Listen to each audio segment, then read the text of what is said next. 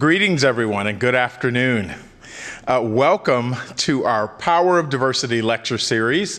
It is the last of our academic year, but definitely one that we're incredibly excited about because today we will have one of our esteemed colleagues, Naomi Sigg, speaking with us today. This one is, I have to say, is incredibly special to me because I came in February of 2020, and very quickly, Naomi became a partner, a friend, a colleague in our shared work in diversity, equity, and inclusion. Naomi holds both her undergraduate and graduate degrees from Miami University of Ohio, and she first joined Case Western Reserve University in 2013, so as the director of our Office of Multicultural Affairs, and just had such an outstanding career there.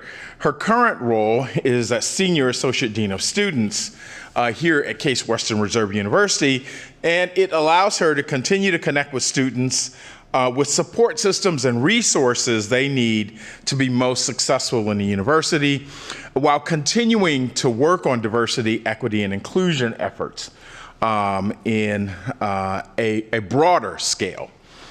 Naomi has been a valued member of the Case Western Reserve community, and it is with mixed emotions, most definitely, that we will see her departing us at the end of this month, but we celebrate her as she becomes the Vice President for Diversity, Equity, Inclusion at John Carroll University. And so, that's a tough one for us, but it is a great boon for us to have her continue in the Cleveland community, making a difference. So I know that we will continue to be partners and friends and engage in our shared work. This is Asian and Pacific Islander History Month. And Naomi will be presenting on a topic really that looks at the rise in anti-Asian violence and hate, and how it has left many Asian Pacific Islanders, South Asian, and Asian American students feeling fearful, isolated, and further marginalized. Many institutions of higher education are committed to the success of all diverse student populations, but sometimes we all fall short of supporting the APITA student communities, which can lead to reports of low satisfaction rates as well as a dip in affinity when students become alumni. Her presentation will address the current context of racism, hate, and bias faced by students, and provide a historical background of the racism towards these communities, as well as identify opportunities to stand in solidarity with Asian Pacific Islander, South Asian, and Asian American students in ways that are meaningful, intentional, and equitable. I also want to mention, as we celebrate this month, that often, and it's the case with other months, right? We're an academic institution, and we often dive into these histories, and we deal with these hard facts. And I remember I had a conversation with a student who was in our posse program who came from New Orleans, and he gave me an astute observation during Black History Month. And he said that, we have these lectures and these talks, but there doesn't feel like a lot of celebration. And it really dawned on me that we can get into our academic ruts, right? And our focus is on data and challenges and what we should do, and that is important, and we should do it. But I also want to make sure that we do not forget to celebrate the richness of the culture that's brought to us on this campus from all across every spectrum. So while we talk about these issues, let's not forget to celebrate the greatness we have by every voice, every perspective, and every culture that moves into the space that makes us all better. And that certainly epitomizes the kind of value and worth that Naomi has contributed to this campus during her tenure here. So I will get out of the way, and I will turn things over to Naomi to come to you in her own way. Let's give her a CWRU welcome. Thank you, Rob, and thank you for that kind introduction. Thank you all for being here today. I'm so thrilled to be able to be the Power Diversity speaker for the Asian American Pacific Islander Heritage Month. It is very special to me to have this honor. So before we get started, I do want to make sure that we acknowledge the land that we are on. So I'm going to read a quick land acknowledgement so that we can honor that community and the communities who have resided here as well as continue to.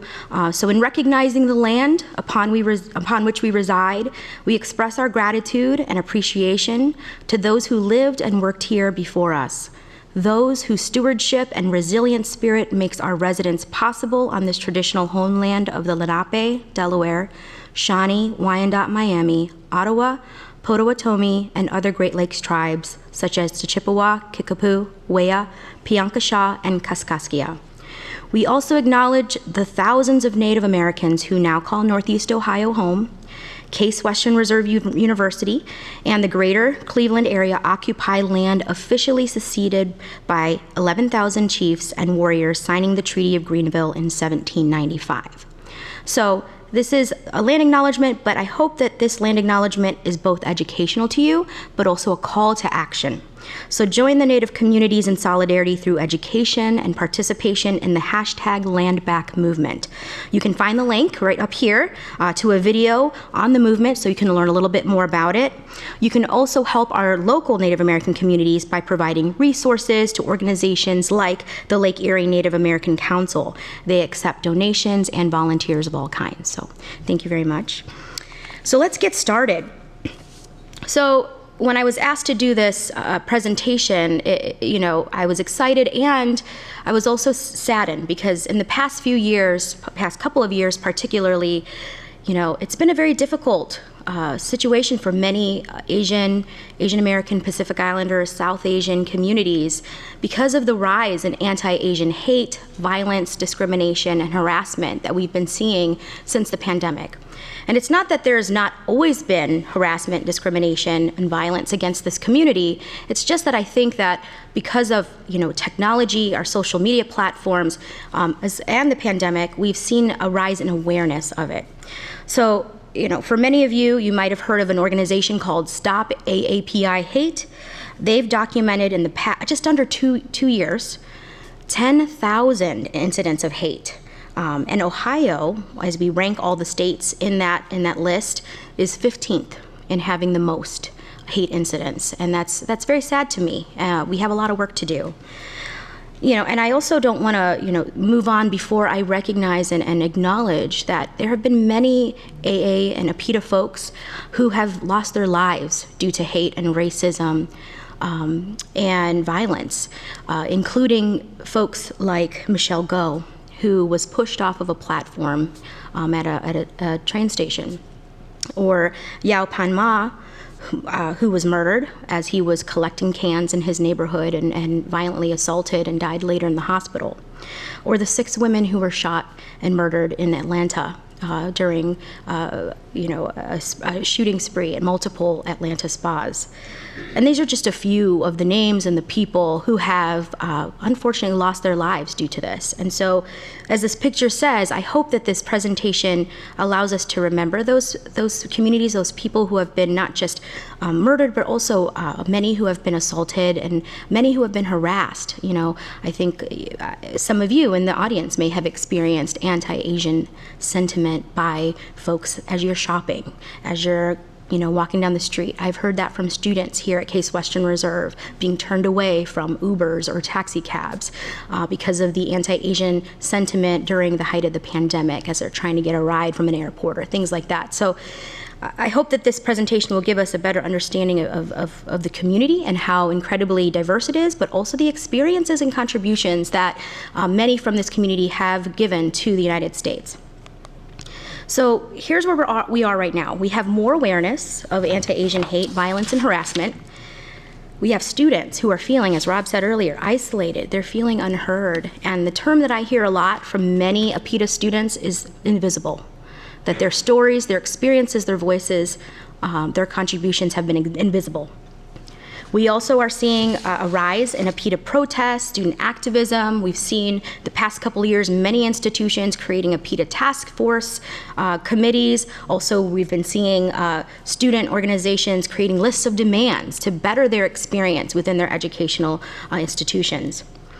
We also know that there's a huge lack of knowledge and education on the APITA student experience. There's very little, research that's been done. I recently attended an online conference on the mental health needs of APITA students, and the speaker talked about how in the 90s there were, less than a dozen studies on mental health needs within this community. That's, we've got with such a large community, not having even just the research to understand how to better help that population is important. We also have little to no background on the history and contributions that the APITA community has had here in the United States. I know that we don't have an Asian American Studies department or major or minor here. Many students are asking for that across the country. Here in Ohio, we have a Senate Bill 214, I'll briefly touch on it later, where we're calling for Ohio's K-12 education to include AAPI history. And then finally, we need more resources and training for our faculty, our staff, our community members, so that we can best support this community.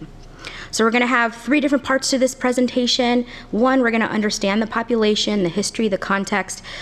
2, we're going to understand some of the barriers that our population, the students and faculty and staff face. And then I'm going to provide some resources, strategies, some of which we actually do here at Case Western Reserve, but can always be enhanced and furthered as we look toward the future. So let's do a quick pair share moment, right? I'm not one that likes to just lecture. I want to make sure you all are talking to each other. So I have a few questions. If you want to focus on 1 or 2 and turn to the person next to you and just answer them, that would be wonderful. So first question, does your campus have an Asian, South Asian, Pacific Islander office, staff, or academic department to support students in these communities? What student organizations do we have here? Do you know about them? Do you go to their events? What resources are in the surrounding community here in Cleveland, Northeast Ohio, that you can connect with or connect students with? What campus-wide speakers or programs featured folks from that identity population, and did you attend, which you are doing, so you get points today. What is the percentage of faculty and staff who identify within the APITA community, and what resources are available to them as well? We have to take care of everyone within our community. Do you qualify as an ANAPISI campus, which is Asian American, Native American, and Pacific Islander serving institutions? Do you celebrate major Asian holidays campus-wide? And is it only those communities that are doing the work, or is it the larger community doing the work? Does your team talk about the specific needs of these populations, and do you have multicultural Greek communities that also support those populations? So turn next to somebody next to you and answer 1 or 2 of these questions, or even say, I don't know, and that's a great conversation to have. Take a minute or 2. All right, let's go ahead and come back together.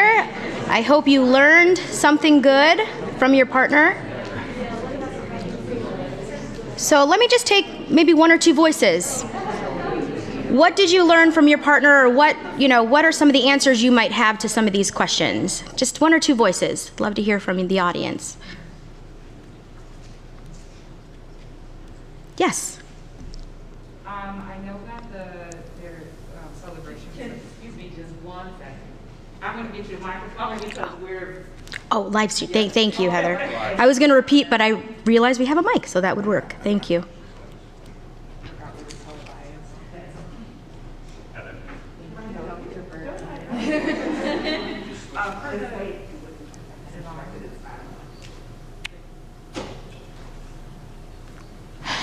The question about the celebrating major Asian holidays. The Asian Lantern Festival is one of the popular holidays we usually see promoted around campus, but I do feel like it's on the group themselves to do the work, and it's not like from the top down, university. I can't really think of any other holidays after that really is promoted on campus. Okay, thank you very much. So definitely we have several different celebrations, but maybe we need to market it better. Maybe we need to have even more, and also create opportunities for other folks to be involved and not just the population itself. So thank you for that answer. One more voice. What did you learn, or what question kind of stuck out to you? Answer that you heard from a partner? Yes, right there. Our mic is probably not working. It's working. I just want to clean this one before someone else touches. We were just talking about how we're pleased that Peter Ho Davis' book is picked for the common read. Not only does it celebrate Asian American heritage, but it also has a story about hate crime. Yes. So it gives us an opportunity as a community to read this book and talk about it. Absolutely. And Peter Ho Davies wrote the book, The Fortunes, which I'm going to mention later, but I'm so excited for that to be the common read and for it to highlight the murder of Vincent Chin, which I'll share a little bit more about in a few minutes. So thank you so much for that. So I hope that these questions stirred some thoughts in your mind about what could be done differently, enhanced, to better support the APITA community, and also to further your understanding of what the needs might be. So let's start with some context, some understanding of the population itself. So in 2000, the U.S. Census federal government defined Asian American to include persons having origins in any of the original peoples of the Far East, Southeast Asia, or the Indian subcontinent. But we also have our Pacific Islander community as well. And so I wanted to highlight some of the populations that we don't typically speak about. So we speak a lot about our East Asian community, those who are from Japan and China and South and North Korea, and folks from Southeast Asia, so Cambodia, Laos, Philippines, Vietnam. Many of those communities are often a little bit more highlighted, but we don't often highlight within this APITA community our Pacific Islander population and our South Asian population. So our Native Hawaiian Pacific Islander population includes folks who are Native Hawaiian, Samoan, Guamanian or Chamorro, Fijian, Tongan, Marshallese, or people who encompass the U.S. jurisdictions in Melanesia, Micronesia, and Polynesia. So there's a little map here, because I don't know that we always think about it or talk about it, actually. And I also don't think we also, often talk about our South Asian population, which includes folks from India, Afghanistan, Bangladesh, Bhutan, the Maldives, Nepal, Pakistan, and Sri Lanka. So I wanted to highlight that because I think it's important that we see the full spectrum of everyone that's represented within this APITA context. And so, as you can tell, there's so many different ethnicities and countries that are part of this, which means that we have a lot of complex and varied identities, customs, languages, foods, religions, communication styles, dialects, traditions, and we need more research and more data, as I mentioned earlier, because we don't have a lot. And oftentimes what happens is that the data is put together in one way so that all of the community is under one umbrella, and we don't disaggregate that data, which creates a lot of confusion. It actually also creates a lot of harm to populations who have more needs than others.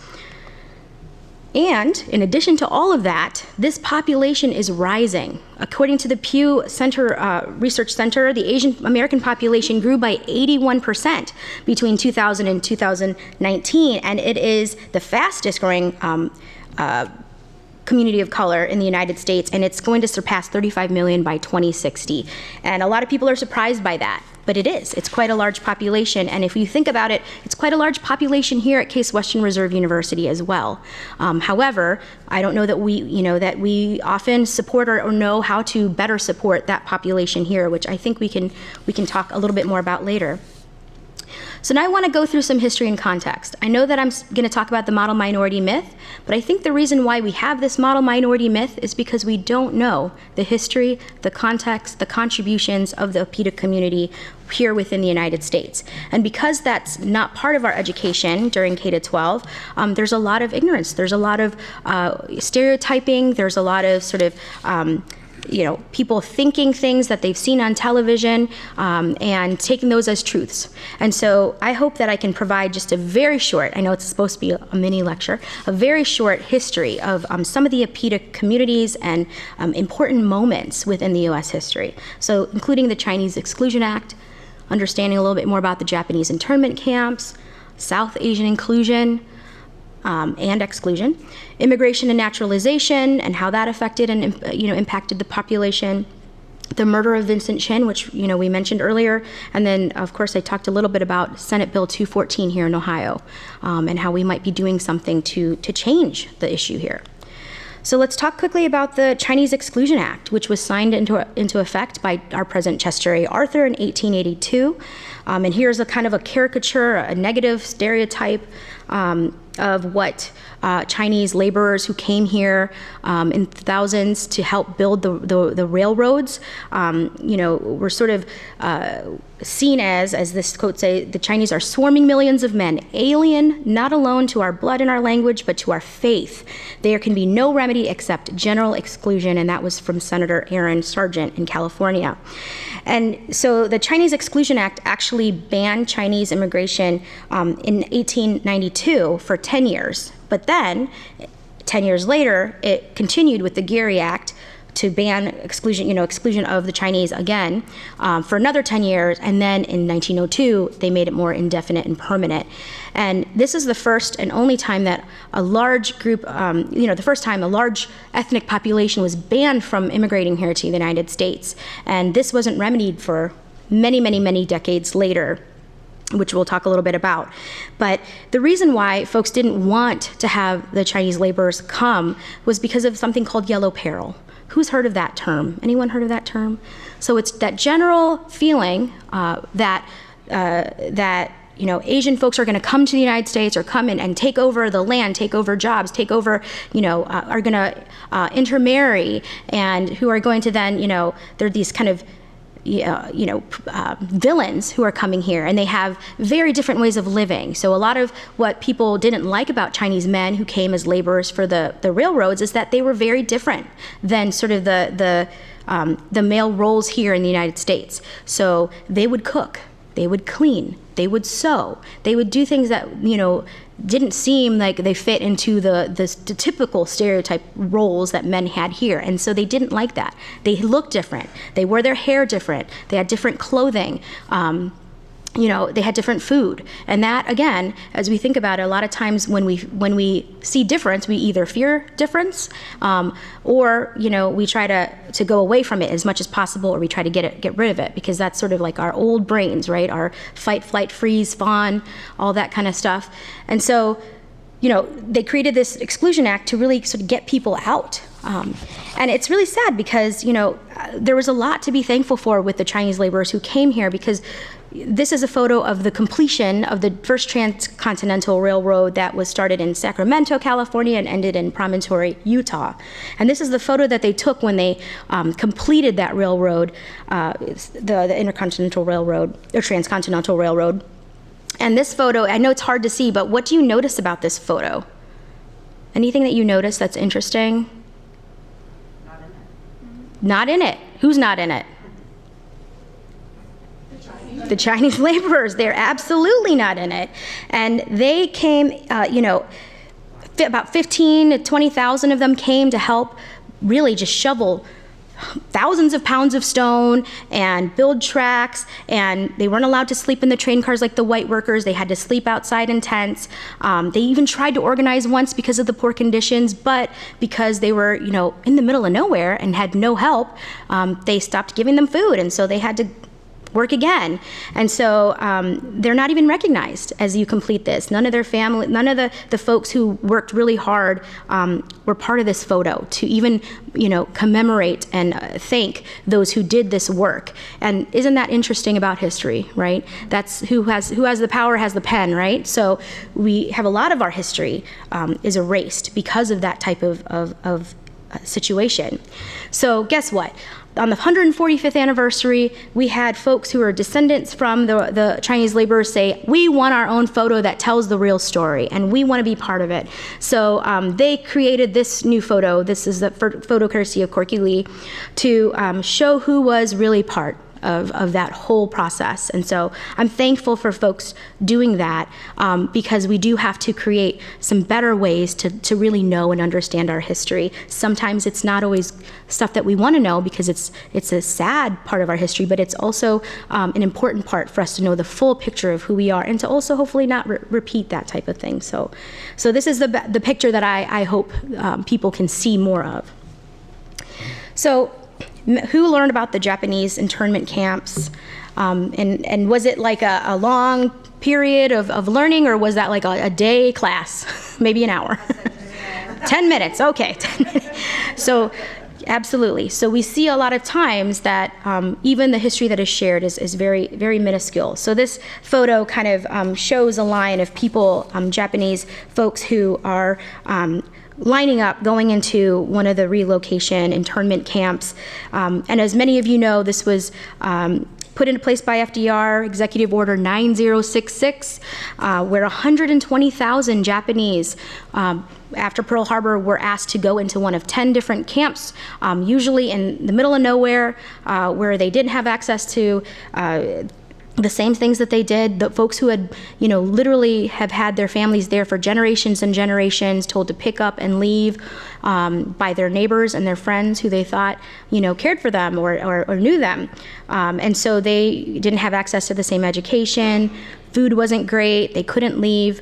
And so it was definitely a time in our history when a large population was sort of really seen as an enemy within, even though they had been part of the community. Many are citizens who had been there for, as I said, generations. And that kind of speaks to a lot of that perpetual foreigner problem that we have here in the United States in that sentiment. And I'll talk more about it a little bit later.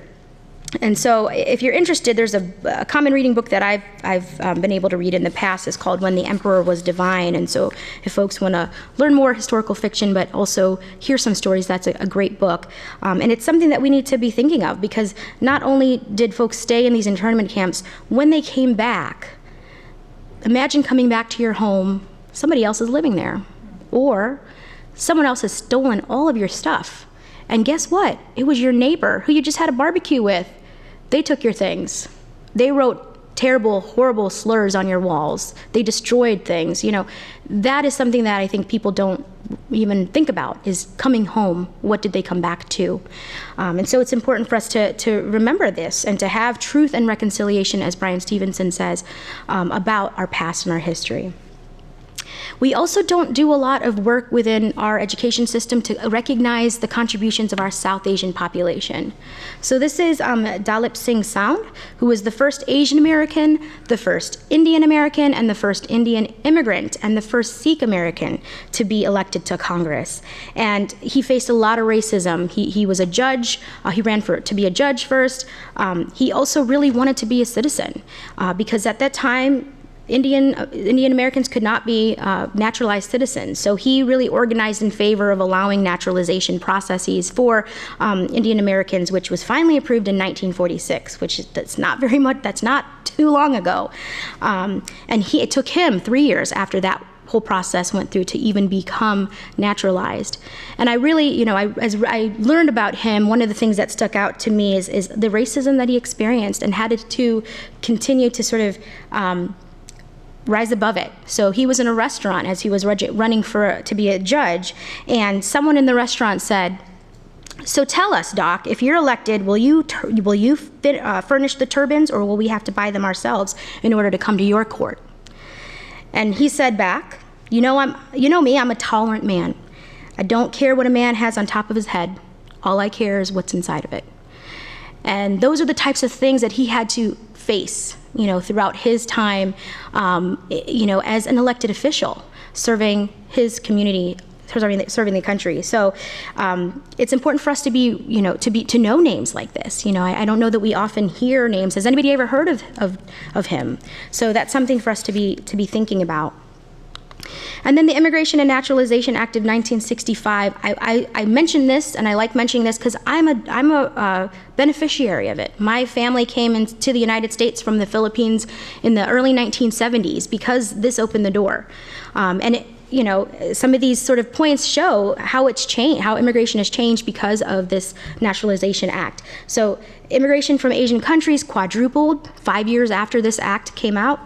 Previous immigration policies barred immigration from Asian countries, including Filipinos and Chinese and others, and limiting even the number of folks who could come. In 1934, because of anti-Filipino sentiment in California, the California Congress asked Congress to restrict Filipino immigration. So they made it so that only 50 per year could come to the United States, 50. And then in the 1950s, looking at it, in history, more than half of all immigrants were Europeans and just 6% were Asians. And by the 1990s, after this act, only 16% were Europeans and 31% were of Asian descent. So very much a big change once we started opening the door.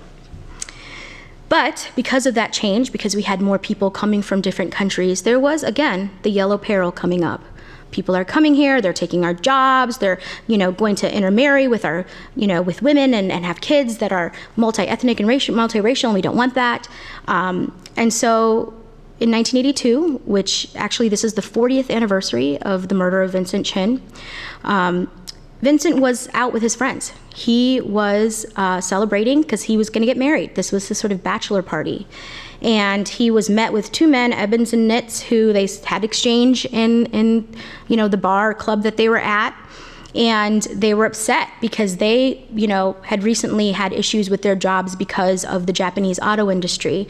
They assumed that he was Japanese, and, words were said. They followed Vincent after, as they had a sort of a quarrel, they followed him out of the club and found him and took a bat and beat Vincent, beat him in the head with a bat, where he had multiple skull fractures. He went into the hospital and died just a couple days later because of the injuries that they put upon him.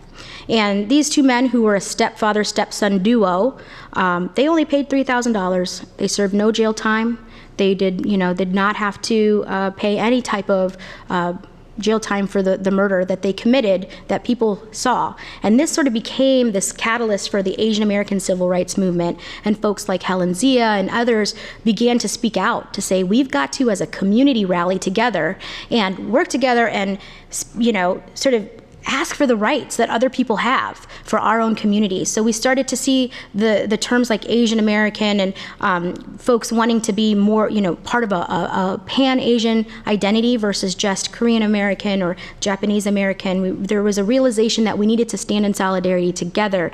And so, that was sort of a big first wave of Asian American civil rights movement. And like I said, June will mark the 40th anniversary of the murder of Vincent Chin, and I hope that as we have the book, The Fortunes, written by Peter Ho Davies, who's a fabulous author, Anisfield Wolf Book Award winner, that we will think about the needs of the APITA community, and to somewhat see, this situation with Vincent happening again, but multiple times over and over since the pandemic. So I mentioned it earlier. So what can we do? Right? So when we don't have the history, we can support the Ohio Senate Bill 214, which is introduced by Senator Tina Mahara. So if you see anything come out about it, if there are ways that you or others can have written or even video testimony to really ask that folks put Asian American Pacific Islander history into K-12 education, that would be helpful. Even my kids said that they would be happy to say a video or record a video saying that they want to learn about the history that is part of who they are here in the United States. So we're going to shift now to a little bit of sort of barriers to success for our APITA community. So when it comes to our students, we know that there's a lack of understanding of the diverse needs of our communities. We have an issue with the model minority myth. I'm going to go into these a little bit more in depth. We know that our students and our faculty and staff from this population experience microaggressions. There's a term called the bamboo ceiling, similar to the glass ceiling, that really often limits many APITA folks in jobs, careers, leadership. And then we also need to sort of be aware that there's a lack of culturally specific resources, like things like Asian American studies, as I mentioned a little bit ago. So let's talk about the model minority myth. This is, kind of building up to it because, as I said, the reason why we have this myth is because of our lack of understanding of the history and contributions. It's also because a narrative was sort of created in the 60s that Japanese Americans, they could rise above all of the racism and the difficulties, and they could be successful and be academically successful. And so that myth sort of extended to all of the APITA communities. And so it became this myth that all Asians are successful, all do well academically, they don't have any problems, they were able to pull themselves up from their bootstraps as immigrants, many who were immigrants, and be okay here in the United States, and that racism doesn't happen to them.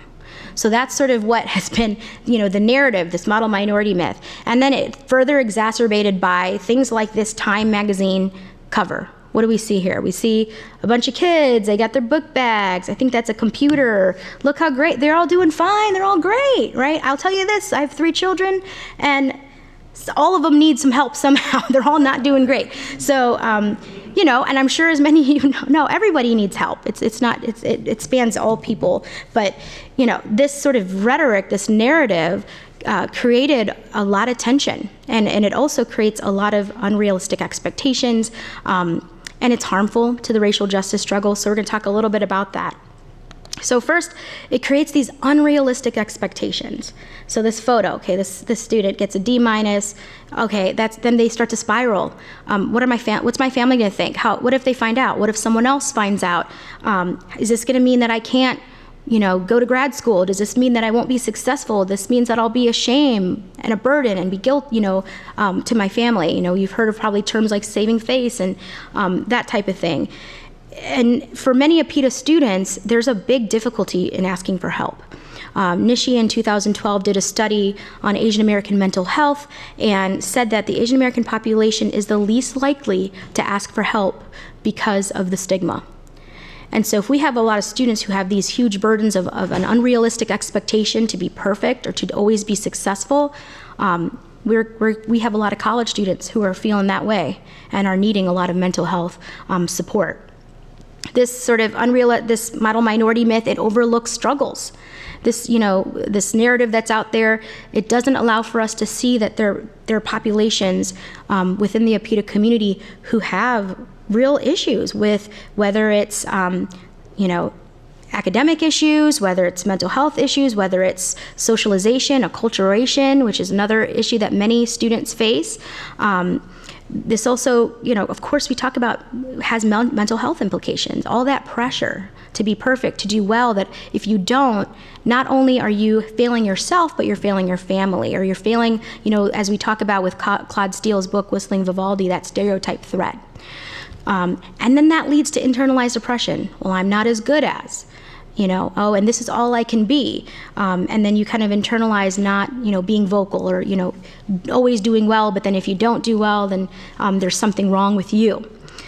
That leads to imposter syndrome, that once you do well, you forget it. You just think that you're not as good as everyone else, or you ignore all the things that you're able to accomplish, and that stops you from taking risks, from seeking leadership opportunities, from looking at different jobs, just doing things to take risks to be able to advance and succeed in your life.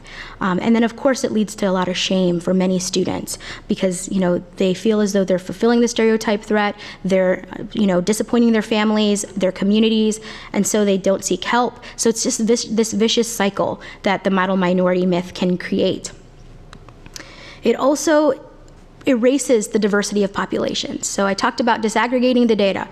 I'm Filipino American. I came here from the Philippines when I was very young, and many of you may not know this, but there's a really different history in the Philippines. We were colonized by Spain for over 300 years. So we have Spanish, literally, in our language, Tagalog, and many of the people who I grew up with had last names like Perez, Bernardo, Mendoza, Villanueva. That's something that's part of our culture, and many Asian cultures have colonialism roots. We have the French, we have Great Britain, we have Spain, and there's such rich histories, and it's important for us to know those things, and so that way we can fully understand the full spectrum of diversity that each ethnic population and country represents.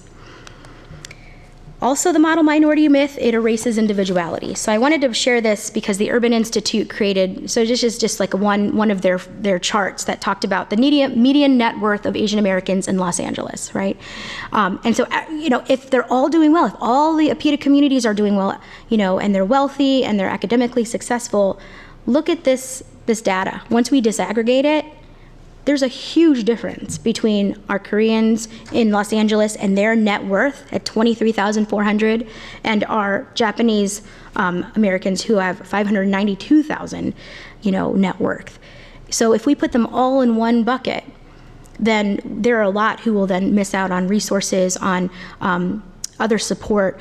The same thing happens when it comes to academics and academia. We think all Asian students do well academically, where we see communities like Cambodian, Laos, Laotian, Vietnamese, Hmong students are graduating at rates like 30% in some areas. And that's an issue. So we think all of them are academically successful, and then we lose out on providing the resources that they may need. So it erases individuality. It also erases the history of racism that's happened in the United States. And I've mentioned some of it, but I do want to mention a few more because I feel like maybe this will be more history that you can learn. Does anybody know what People versus Hall is? I'm looking at Rob because he probably does. He is the lawyer. But this was sort of a California Supreme Court ruling that basically said that Chinese could not testify against white people. So there was a Chinese man who witnessed a murder done by a white man, and so they said, nope, your testimony is inadmissible because you are inferior, you are an inferior human. You cannot understand things as well as we can, and therefore what you say we will not believe any of it, so it's inadmissible. So it left Chinese folks very unprotected. So imagine that. If you can't testify in court as to what somebody did to someone else, how would you do that for yourself or for someone that you love? So it really left this population very vulnerable, and they did the same thing to our Black and African Americans as well as our Native Americans. So again, this is not unique to other populations, but it is something that people don't typically know about. And folks also don't know about the Chinese Massacre of 1871, which has been touted as the largest lynching in the United States. 19 men and boys were rounded up by a mob because of a quarrel between saloon owners, and a white mob came into where many of the Chinese laborers worked and lived and rioted and destroyed their property, forced them out of a building, shot them, hung them, and mutilated their bodies. 19 men and boys, all because of another smaller situation between saloon owners. And that's not something that we teach our history. We don't know about that. And then we also don't teach about the Watsonville Riots, where in the early 1930s, we had a lot of Filipino laborers who were coming to the United States, working in the grape fields, working with Cesar Chavez, really, too. Again, white men were upset because Filipinos were dancing in a new dance hall with white women. So they came in and murdered a man named Fermin Torbera. The person who murdered him never was found or charged, and they beat and destroyed property of many Filipino laborers in the 30s, and very few people were held accountable for that. Over 500 folks were in that mob as well. And then after 9/11, we saw a huge uptick and spike in South Asian hate and violence, seeing a lot of our Sikh community being attacked, storefronts being, damaged and vandalized, folks being beaten up as they walk through their neighborhoods. Again, because of not knowing that folks who are Sikh are not Muslim, and also we shouldn't be harming anybody. It doesn't matter who they are. But again, 9/11 sparked that hate, and we saw solidarity between Japanese American Citizens League and CARE, many in our Islamic communities coming together because, the Japanese community didn't want that same internment situation to happen to the Muslim community. So again, it erases, this model minority myth erases all the history, all the racism that has happened over the years. It also maintains this perpetual foreigner stereotype. So I have heard in my lifetime, I can't even count, thousands and thousands of times when people have asked me, who are you? Where are you from? What's your background? Where are your parents from? No, where are you really from? Or literally people will just point and say, Hawaiian, Filipino, are you, like trying to sort of put me in a box because they want to know what my identity is. And this perpetual foreigner stereotype really sort of depicts Asian and Pacific Islanders as outsiders. They're aliens, regardless of where they were born, how long their families have lived here, even if it's been generation upon generation, or longer than the person asking the question, that they don't truly belong and that they could never have place here. I was playing a game with the staff in the Office of Multicultural Affairs. We have this game called Keeping It Real. So I encourage you if you want to play an interesting game around identity. And one of the questions is, what is something that another race has that you don't, that you wish you had? And the answer that I gave was that I really wish that I could just belong here, that people would see me and just say, oh yeah, that's someone who's, American. And it wasn't anything that I would have to prove. I'm a naturalized citizen, but I feel as though I still have to prove that I belong, that I'm part of this country, that I'm a contributor. And that was something that it's always been part of my story and how I felt. So this perpetual foreigner stereotype is damaging. It's damaging to people who experience it, but it's also damaging to the way in which folks then become treated, whether it's assuming that they can't do certain things, they can't speak English, they can't, as we think about people looking for jobs, they don't get the same callbacks with names that might sound Asian. So this perpetual foreigner stereotype is really damaging. And then finally, the model minority myth also is harmful to racial justice. So let's be clear, the model minority myth is used to maintain white supremacy, and it's used as a tool of anti-Blackness. We have to know that, we have to understand that. That's what it's being used for. It stops these opportunities for solidarity. I think that there could be so much more solidarity if we didn't have this model minority myth creating a rift between many of our marginalized and minoritized communities. And then it promotes internalized oppression. So it's harmful to the racial justice struggle, and it's something that we need to really combat every day in the way that we work with folks from the APITA community, in the way that we, sort of ask better questions, understand the stereotypes that we may be having floating around within our own minds, but also within our communities. So we need to be thinking about that. So we've got to do things to change it. We've got to disaggregate the data. So if there are opportunities to do that, I would highly encourage disaggregating the data. Don't lump everybody into one, monolith, because it's very diverse. There are different needs of different people. We've got to check our own biases and our own stereotypes, and we've got to create spaces to have unique and differing voices, and stories.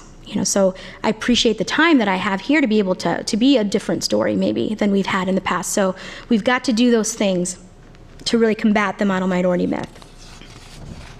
Because if we don't, we're going to continue to have things like microaggressions happening to our students, our faculty, our staff. Dr. Daryl Wing Sue calls microaggressions those everyday verbal, nonverbal, and environmental slights, snubs, insults, whether they're intentional or unintentional, which communicate hostile, derogatory, and negative messages based on someone's marginalized group membership. So it's those things that happen to the PETA community every day that make them feel like they don't belong. It's maybe not being picked to be part of a study group, because maybe you're an international Asian student. Maybe it's someone mispronouncing your name or calling you a different name because it's easier for them, and not asking permission. Maybe it's someone, seeing your lunch that you brought that day and saying, ew, that smells. There's actually a whole series on the lunchbox moment for PETA communities and how they've experienced folks doing that in grade school. So there's a lot of ways we see microaggressions really negatively impact the APITA community, and they impact our students. Our students last year created a task force and a subsequent video where they shared their everyday microaggressions that they experienced by faculty, by staff, by their peers, and by folks within the surrounding Cleveland community as well. And it may seem like, okay, these are small acts. Well, they actually do cause big damage, because imagine having this happen to you every day. in your classroom, and then in the residence hall, and then once again as you're in a student group meeting. There's a cumulative impact as we talk about this in Diversity 360, and it's an enduring impact when it comes to a constant barrage of microaggressions that happen. So we talk about death by 1,000 paper cuts. So one is really annoying and it stings, but imagine this happens all the time. These are things that I've heard very, very many times. I don't think of you as, well, I want you to because that's who I am. Where are your parents from? Or you're not like other.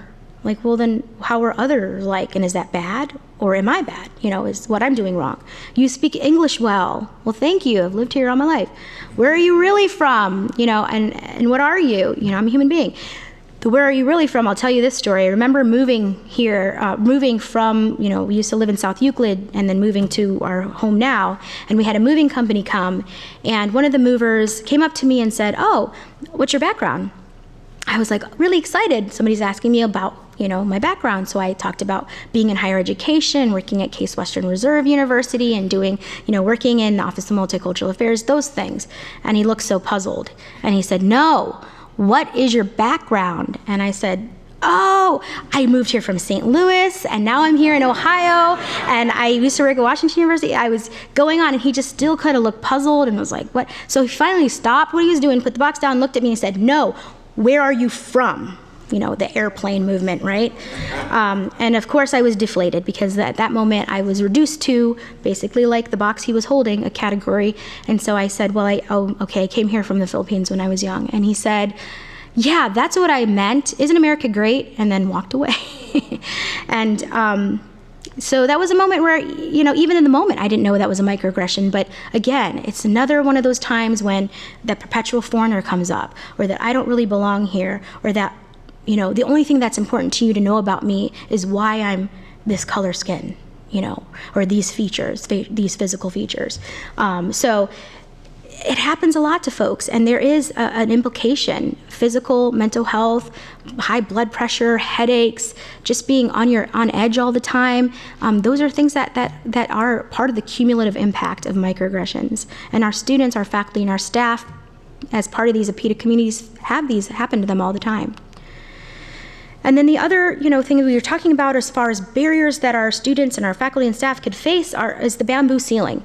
So Jane Hyun wrote this book, Breaking the Bamboo Ceiling. So if you ever want to read about the experiences of APITA folks and what can be done, the bamboo ceiling really does further complicate how people navigate the world. So it can be being excluded from leadership positions because you're not seen as a leader. And that's evidenced by, look at the leadership of our country. There are not very many folks in the APITA identities who are leading as senators and leading our country at the highest levels. We also see that, only 1.4% of Fortune 500 CEOs and 1.9% of overall corporate officers are part of the APITA community. And then if you further look at higher ed, how many presidents and chancellors and leaders of higher ed are part of that population? And why is that happening? What's going on with that pipeline, that pathway? And a lot of it has to do with things like the sticky floor syndrome.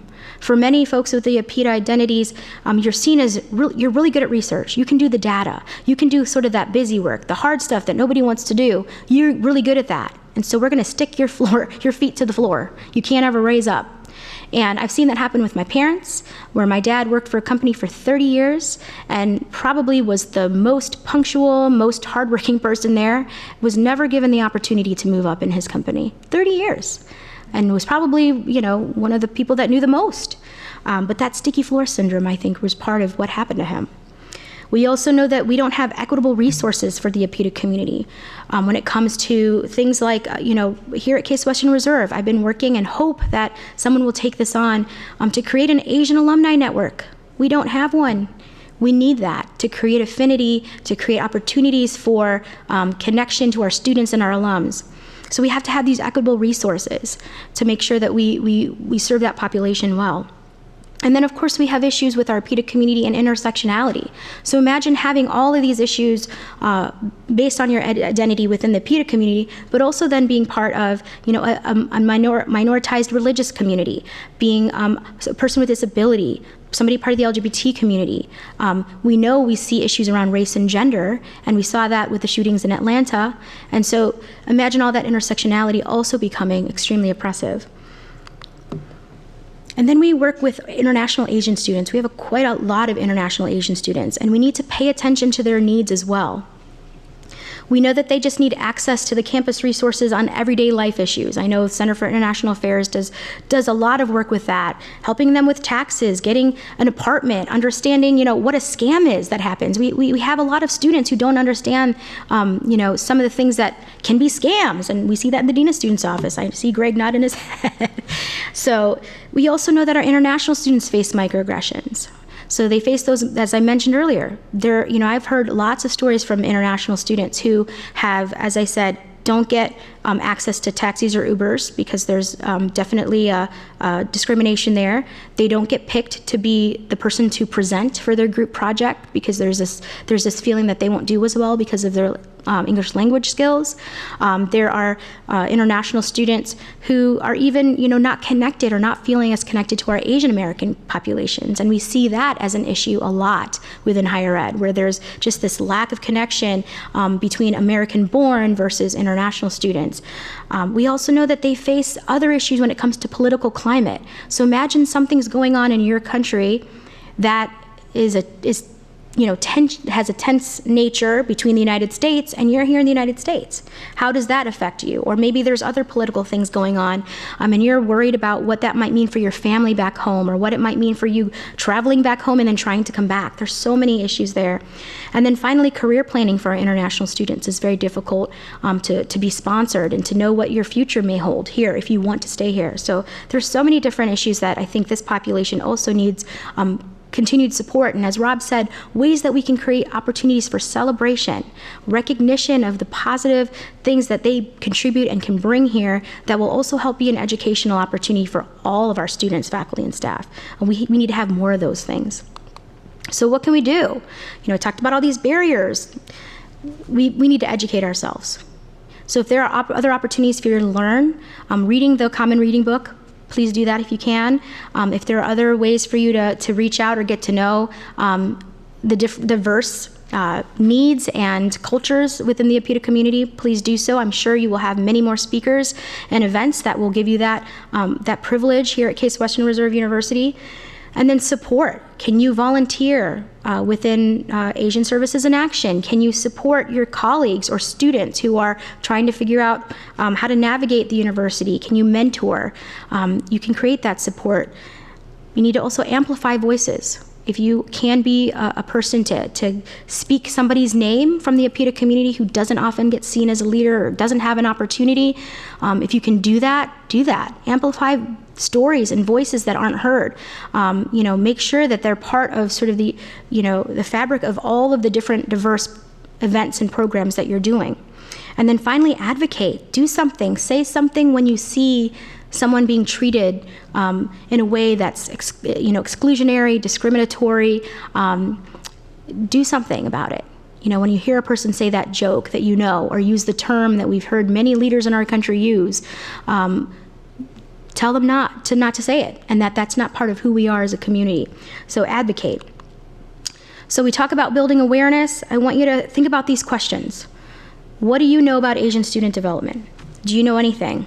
I'm a higher ed background person, so I've done a lot of student development theory, but learning that and knowing the ways in which our students are discovering who they are and coming to sort of make a meaning of their own identities is really critical in learning how to best support them. About a month ago, I did a workshop for our Asian American Alliance and our Taiwanese American Student Association, and I shared with them Kim's model of Asian American student identity development, and it was amazing because they said, that's exactly where I'm at. That stage 3, that's where I'm at, or that stage 2, that's why I feel this way, and I never knew that somebody talked about this or did research about this. So that can be a great way to start. What do you know about Asian history and contributions in the United States? I gave you a little bit of it. There's so much more you can expand upon and learn about.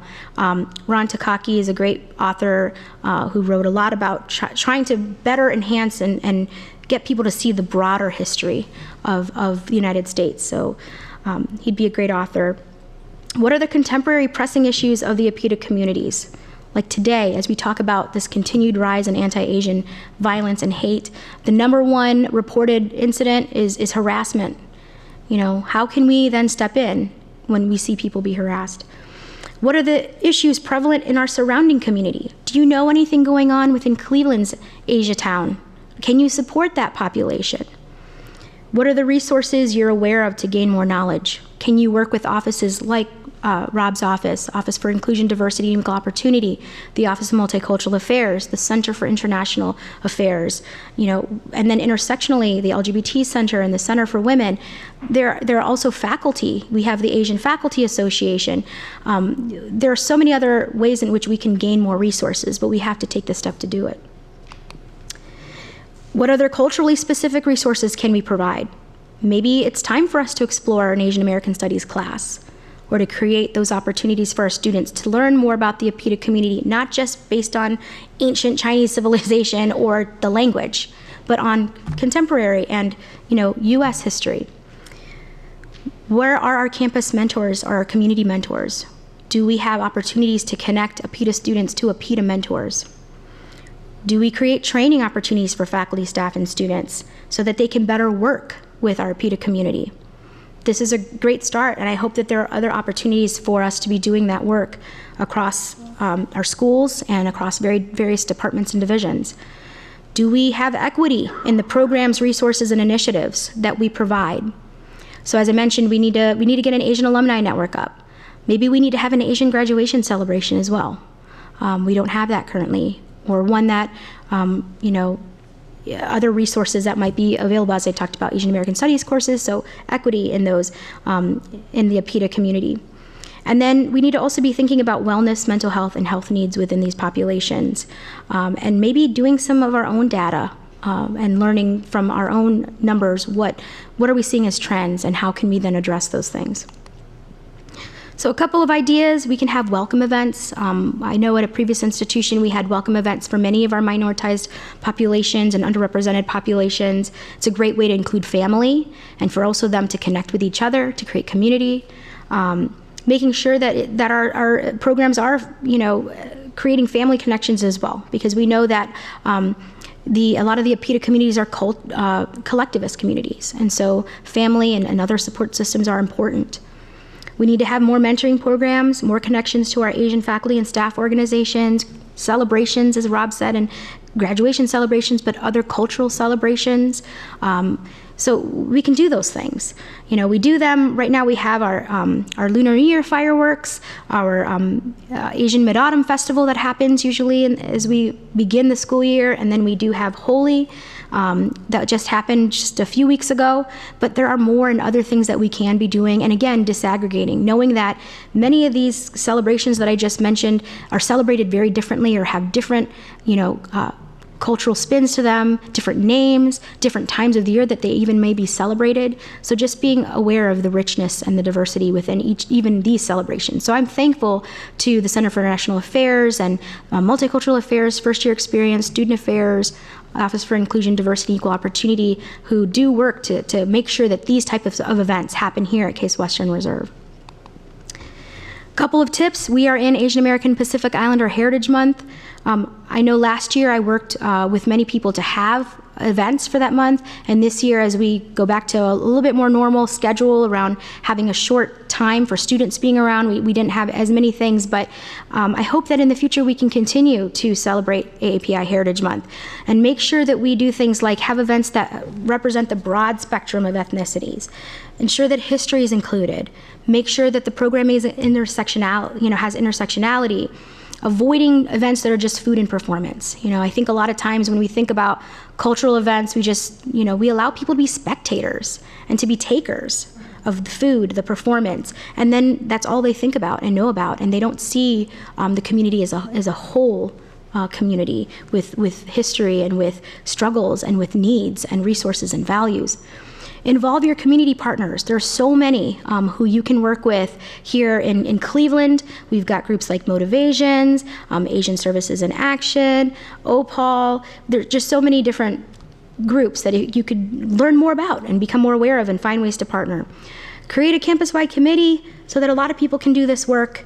Make sure the events are part of events that can welcome family members, community members, faculty, staff, students, alumni, engage everyone. And those are my tips for a Heritage Month, not just for AAPI Heritage Month, but for all Heritage Months. And if you want, I wanted to make sure I gave this plug. There's a Cleveland Asian Festival happening on May 21st and 22nd. This is a great way to either celebrate, learn, or even volunteer and support. There are ways that you can actually volunteer. So I wanted to make sure you saw this, and so go to clevelandasianfestival.org to learn a little bit more. Other resources, again, there are things like angryasianman.com has a blog on contemporary issues within the APITA community. Think about ways you can support students by finding unique scholarships available to them. Hire faculty and staff to reflect these populations. Look at your institutional data to make sure that we can have areas of growth to support the population.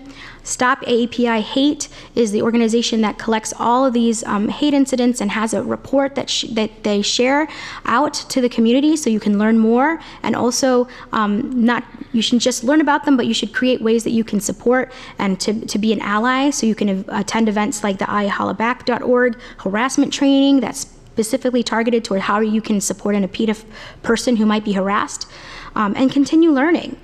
So there's so many things we can do. Intervene and speak up, as I said earlier. When you see something, when somebody makes a snide comment or a microaggression happens, don't say something to the person after the fact. Try to intervene in the moment. Give people credit. How many people have had their idea stolen or taken and somebody else being given the credit for it? There's so many ways we can intervene in those moments. And then finally, there's a pledge if you're interested. And this pledge is an AAPI visibility pledge. It says, I pledge my commitment as an active ally to the AAPI community. I will educate myself about the struggles and triumphs of AAPI individuals. I will celebrate AAPI voices in my community and workplace. I will do my part to stop white supremacy by speaking out against anti-Blackness and anti-Asian hate. I hope you will take that pledge. I hope you will think about it, share it with some people, so that you can be supportive of the community. And don't forget your colleagues. I know we talk about students a lot here as a higher education institution, but our colleagues are suffering. Our colleagues have issues. Our colleagues are feeling microaggressed, and so we need to support them as well. So I never like to leave a group without giving you some type of thing to do, so I hope you will do these 3 things. I hope you will think about 3 things you might have learned today that you didn't know before you walked into these doors. I also hope that you will share those things with 2 people. And then finally, I hope you will do one thing in the next week that might support the APITA community, a colleague, Case Western Reserve University's APITA community, to better help yourself know more about the struggles or the needs of this population. So I hope you do one thing. So I appreciate so much the time. I know people might want to have some questions, and so I thank you for being here, and I thank Rob and the Office for Inclusion, Diversity, and Equal Opportunity for hosting me and inviting me to speak, and thank you all.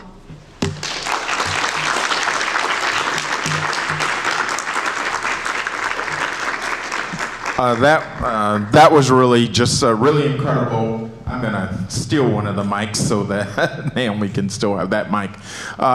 Thank you so much, Naomi, for just sharing a wealth of knowledge and information that can help us all grow stronger. I want to give you all an opportunity to ask questions. There's a microphone over there. I'm going to hold on to this one.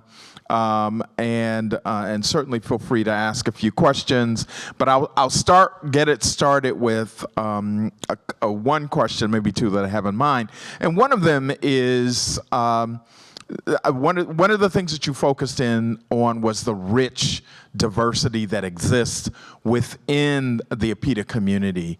And so my question is, does that diversity somehow prevent a more unified effort to get people to think about the issues that relate to the community, or does it give a strength in numbers in order to advance an agenda, or both? That's a really great question, Rob. I appreciate it. I think that we have to think about this community as very diverse and having their own unique histories. And sometimes, there can be challenges in ways that we create solidarity between the Pan-Asian identity, because there may be histories between different countries. And so that creates also some challenges. We also don't have, sort of a base of a language that is similar. So for many folks who might be part of the Latinx community, there's somewhat of that commonality, not for everybody, but for some. And that's not something that exists within the APITA community. They're also very vastly different when it comes to many of the ethnicities and countries around, as I talked about earlier, colonization and what that looks like. And so that can sometimes impede, more globally, everybody coming together. But I think when it comes to higher education, what they don't get a lot of is opportunities created by institutions to come together. So they oftentimes have to create their own groups. So they start out as, okay, well, I'm Filipino, so I'm going to create a Filipino group, but they don't necessarily have a lot of ways that they can, work across all the groups. So my previous institution, we had many different Asian organizations, but they all fell under an umbrella organization called the Asian Multicultural Council, so that they could work together on programming, resources, scheduling. Similar to here at Case Western Reserve, we have the Black Student Union. And so it's just about empowering and working with the students to see that there's a benefit to doing that. And there are ways that they can continue to learn from each other. Because I also think that it's important that even though I'm talking about all of us needing to learn about the APITA community, they themselves have to learn about their own richness and their own identities. A lot of times I see a lot of students in the KIMS model, Asian American Identity Development model, they're in a stage called white identification. So they have chosen at that moment to identify more with white culture than their own. And so it's important for us to be thinking about all those pieces and why that can also be a difficulty for many students. But I think, for me, my hope is that here we will continue to explore opportunities for the PETA communities to come together. I'm extremely excited about our students who have become more knowledgeable, who are reaching across different organizations to work together on programming, who are asking good questions, who are trying to learn about each other's histories so that they can stand in solidarity. And I see that between the PETA community, but also across many of the other underrepresented communities. So I'm hoping that we can continue that. Thank you. And that bridges my next question.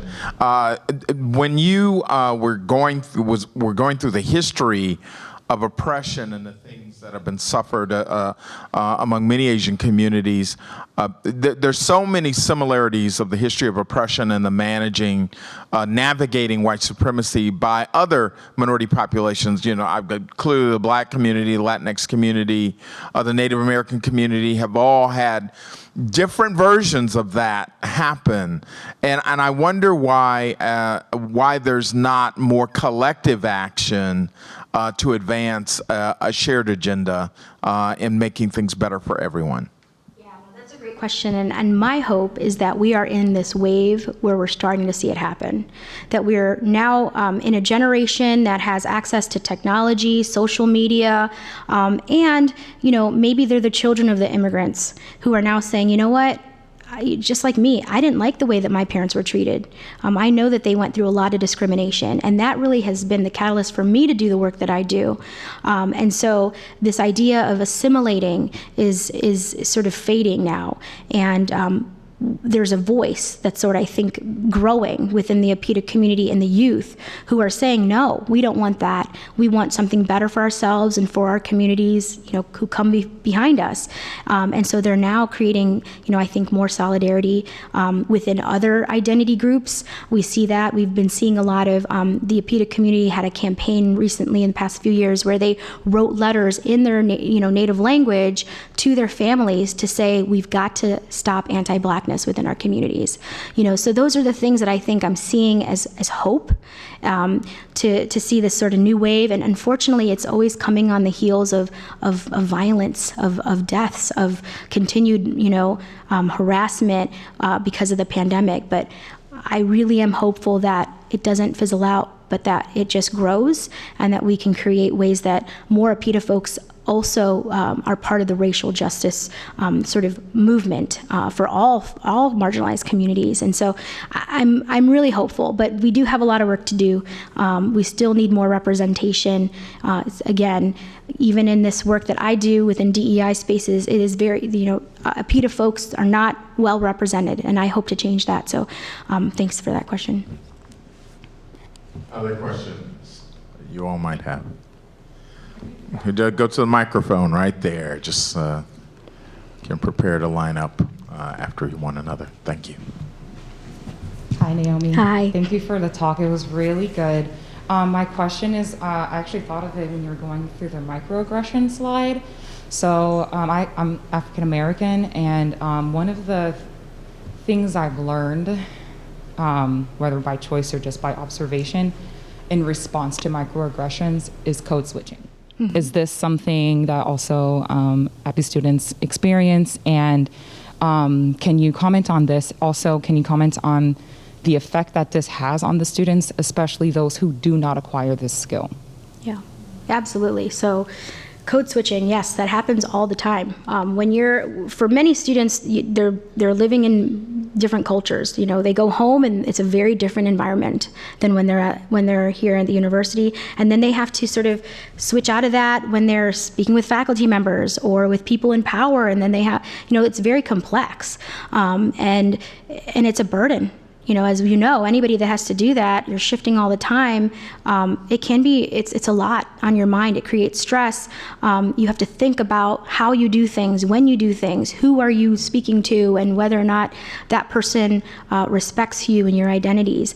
I talk about being a woman a lot, being an Asian woman, being a shorter woman, and what I have to wear every day. I still do it. I still look at my schedule every day and look at what my meetings are, and by that, it determines what I wear, because I know I will be respected or not based on what I pick or choose, whether, and it's sad, but it's true. And the same thing goes for, how you then communicate with people. And I imagine someone who maybe English is their second language, and how much stress and burden it is for them to know that if they don't communicate in the way that they feel that other person will hear them and respect them, they've got to translate it in their minds and then say it. There's just so much that people of many marginalized identities have to do when it comes to code switching. And so I appreciate that question. Tell me again, what was the second part? I like.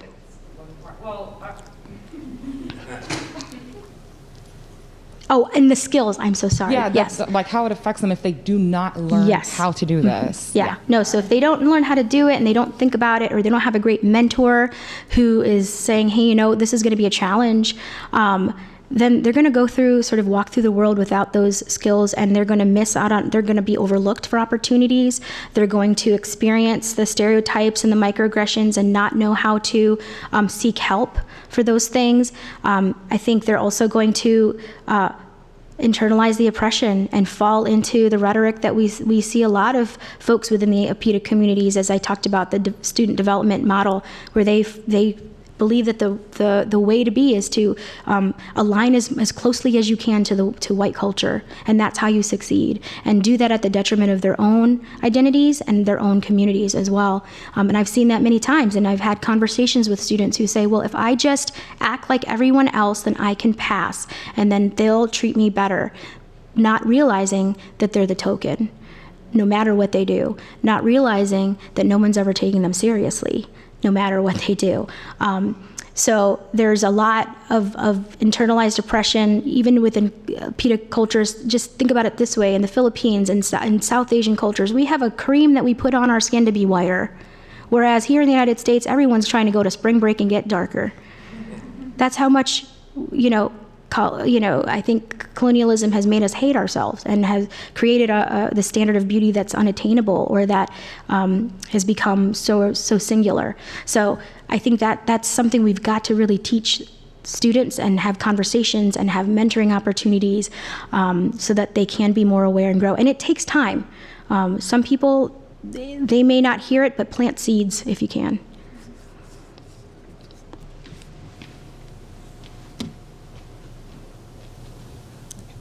I'm struck that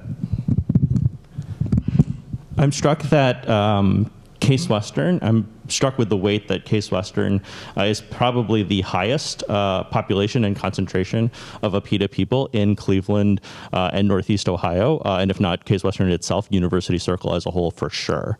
And so what then is, given that concentration and the fact that we're not on the West Coast and there's not huge APITA communities here in Northeast Ohio or Ohio in general, what's our responsibility of leadership as an institution for this community and for building up this community, since we are such, we are the largest concentration, and if our university doesn't take responsibility for leadership, I don't think anybody else in the region will, right?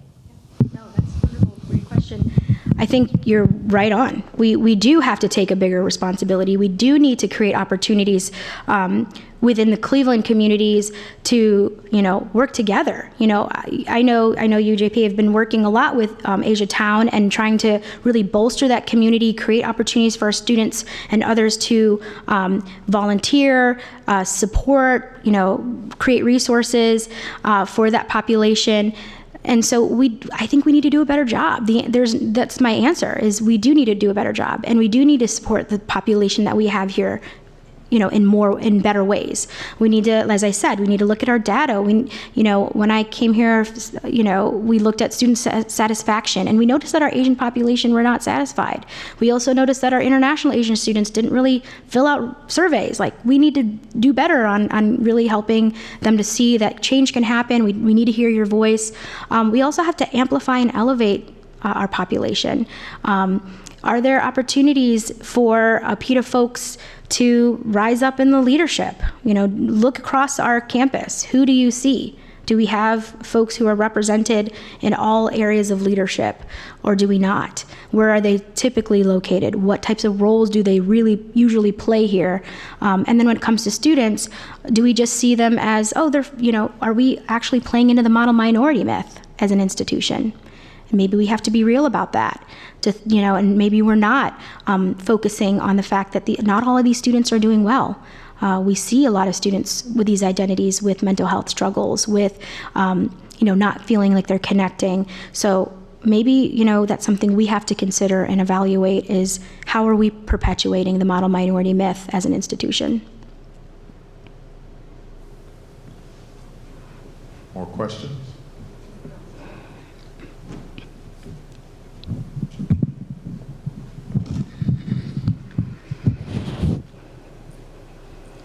Hi, thanks for that. It was really great. Thank you. I'm studying this at the moment. I'm in the sociology department.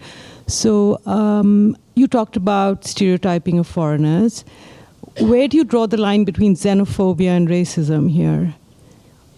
Yeah, absolutely, and thank you for bringing that up. I think xenophobia is continuing to fuel a lot of the hate, the anti-Asian hate and racism and violence. And I'm not going to say that there's a line. I think sometimes people are xenophobic and racist at the same time. I think that's happening, and we're seeing that when it comes to people who during the pandemic who are acting violently towards particularly our elderly APITA community, and particular elderly APITA community who may dress a certain way or look a certain way based on their religious identity or just based on their culture. And so we see both things happening at the same time. I don't know that that they're always separate from each other.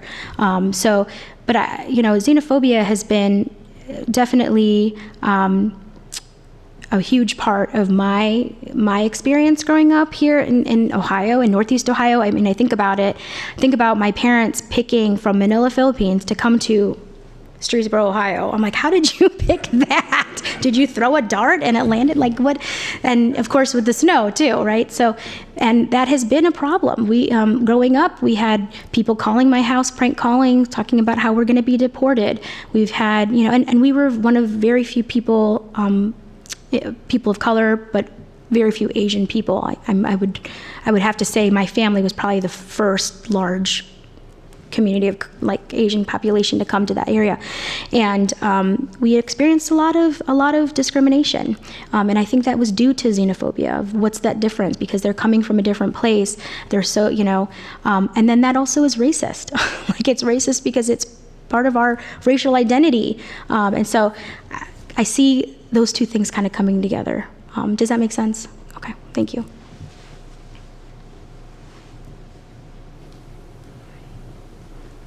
We'll let this be our last question. Thank you very much, Naomi. Can you hear me? Yes. Because I can't hear myself very well. So this was a powerful lecture. I really, really enjoyed it. The only sad part that was, and in one of the slides, when you discussed, who we are as a PETA, I was sad to see there was no Central Asia in it. And I know there is a complexity that, as you both discussed, there is so many layers of complexity within diversity. So I want to, just add, I think, my own experience, because I don't have a question, I just have a comment. Sure. So I come from Turkmenistan in Central Asia, and this has been 1 year since I'm a citizen, and I voted yesterday. So. Yay! So I contributed, right? But I also did my doctoral studying Central Asian female students in their identity transformations. And a lot of the things that you presented today resonated so much what I found in my study. And every point I was like, yes, I was check marking each one of them. So the Central Asian female students who come to the United States as an international students first, I asked them what happens, how do you change, what kinds of experiences you have after studying and becoming a professional. So unfortunately, my findings were they have more of a disturbance than the success stories of the acculturation process. Disturbance within mental health situation. For instance, when you go back home, you change your culture, you don't fit in within your own culture. You have to be a mom, a wife, a daughter in a certain way, and living and studying in the United States has changed completely. So my findings were very negative in my opinion, but it's the fact, it's the reality which they have experienced. And I have in my, in the suggestions, implication section that for higher education institutions, I loved one of the points that you mentioned, don't just, try the food and watch the performance, because I was only one student, international student from Turkmenistan, and I was asked so many times, well, why don't you wear a Turkmen dress and do something for us? So I had to present my whole culture, my whole country, being the only person in Northeast Ohio. So I think that's a very key aspect, key point of trying to creating that space that you mentioned, to really unfold our identities, for us to allow us to understand who we are. In this higher education space. And I think it resonates with a lot of international students who come from Asian countries. Yeah. No, I really appreciate that. And I think a big issue is the way that we categorize and put people in, racial ethnic identities and how it's done by the census. And I think about this all the time, so I really appreciate you saying that. And actually, you would be a great speaker. Maybe you can share what you learned in your dissertation. So that's something that even I think about our Middle Eastern community who, they're not part of the URM population, but they don't have a box to check, so we don't do any data on that. We don't know what their experience is, and that same thing with our Central Asian students. So I appreciate that. I'm going to add that so that I make sure that's part of it. But again, it's not part of the way that it's reported. And that's why it becomes neglected. And I very much appreciate you bringing that up. And so we do need to amplify those voices and those experiences. And we do need to find all of the different, I think we have a lot of different potholes that we need to fill, because we're not doing justice to everybody. So thank you so much for that comment. And I'd be interested in learning more. So we'll have to connect. Thank you. Thank you so much. As we close out, words cannot express what a tremendous job you've done today, Naomi, that you served us well. I'm so excited that we've live streamed it and that we have a recording of it so that others can learn and grow. I am a fan of track and field. And, as we approach the Olympics, it makes me think of it. And most people love the relays. And I don't know if any of you have seen the relays. And you always, when they announce the relay, they always want to know, well, who is going to be the anchor leg, right? So you want someone strong, someone who can bring it home and take the team to victory. And I can enthusiastically say that our anchor brought it home for the best Power of Diversity lecture series that we have ever had. And so we thank you so much. Thank you all for your time.